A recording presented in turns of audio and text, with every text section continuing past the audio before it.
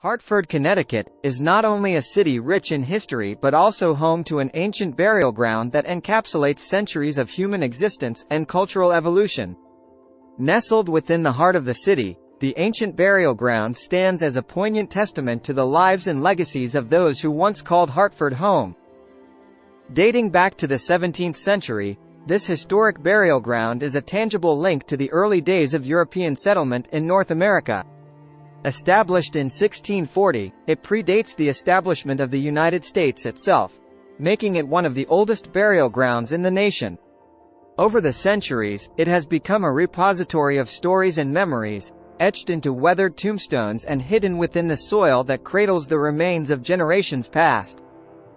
The tombstones themselves are works of art, each bearing unique carvings and inscriptions that provide a glimpse into the beliefs and values of the people they memorialize.